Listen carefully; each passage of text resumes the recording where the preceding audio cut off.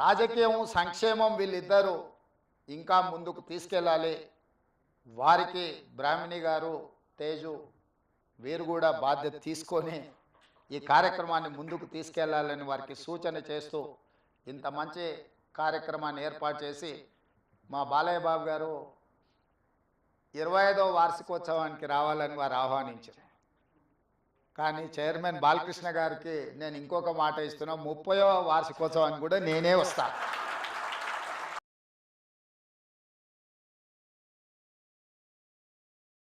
ఈరోజు పక్క రాష్ట్రంలో నారా చంద్రబాబు నాయుడు గారు ముఖ్యమంత్రిగా బాధ్యత చేపట్టిన తర్వాత అభివృద్ధిలో సంక్షేమంలో వారితో పోటీ పడి ఈ రాష్ట్రాన్ని ముందుకు నడిపించే అవకాశం నాకు వచ్చింది.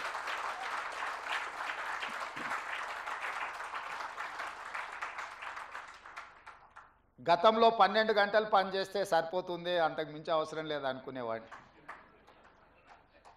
కానీ ఇప్పుడు వారు 18 గంటలు పనిచేస్తే నేను 12 గంటలతో సరిపెడితే కుదరదు. కాబట్టి మా అధికారులకు, మా సహచరులకు మనం కూడా 18 గంటలు పని చేయాల్సిందే.